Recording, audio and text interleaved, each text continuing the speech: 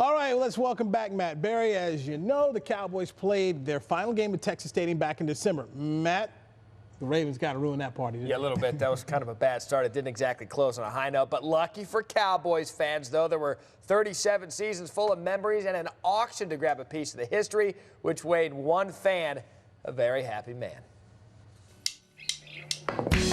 Bob Bragalone could state his case as the biggest Cowboys fan in the world. This is the real Cowboy shrine. He's certainly the greatest collector of Cowboys memorabilia, so as you would imagine, he was front and center for the Texas Stadium auction.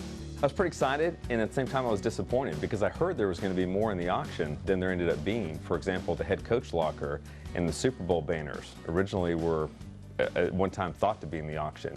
So as soon as it went online, I was there at my computer and logged in. I was like, hey, where's the good stuff? Now, there is decades of good stuff in Bragalone's house, and for a Cowboys fan who has everything. There's Cowboys fortune cookies. Here's some jelly. Dallas Cowboys Oreos. We even have Dallas Cowboys pasta. And I mean everything. Soap on a rope, adhesive bandages. If they make it as goofy as it may be, I collect it just for the fun of it. What could he have possibly wanted in this auction? A section of the locker room carpet. Also got a turnstile, and I thought the prime piece was the locker that belonged to not just Roger Staubach, but also Troy Aikman. Certainly all good items, but what about the real bowels of Texas Stadium? So why didn't you buy the urinal? The urinal was for sale. I think they called it the porcelain god of champions. Yeah, I'm not sure if it's sold. I can't remember, but yeah, that got a lot of press, but not my style. Okay, so the urinal didn't have a long line for purchase, but other stuff was certainly coveted. And according to Bragalone, the auction world can be pretty feisty. He wasn't the only one who wanted a take of Texas Stadium. When the auction went live, I made the opening bid of $4,000 with about 30 seconds to go. Somebody came in right behind me, $4,250, and I went, oh no, I've got company. Lucky for him, he won the auction, but hasn't received his merchandise just yet, just the certificates of authenticity. But there is one problem. He's got 2 rooms full of bobbleheads and game balls, programs, pool tables, and pennants, complete with miniature cars and more. So how exactly could the greatest unofficial Cowboys museum possibly fit any more pieces of history? I think it's going to have to wait until the next house, especially the turnstile, because I can't really put that at the top of the stairs. So probably in my next house, it'll be like on the first floor.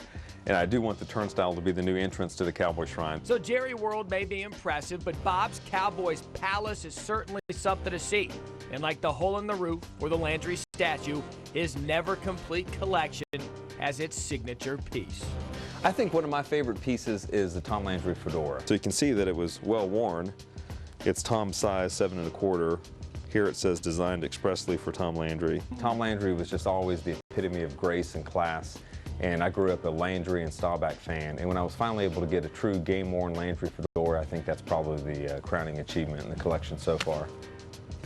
Now, you may not have caught this during the story, but take a closer look at this. This is our very own Drew Pearson on the album cover for Squeeze Play. Drew was asked earlier this evening about what exactly is going on in the pictures there in the lower right.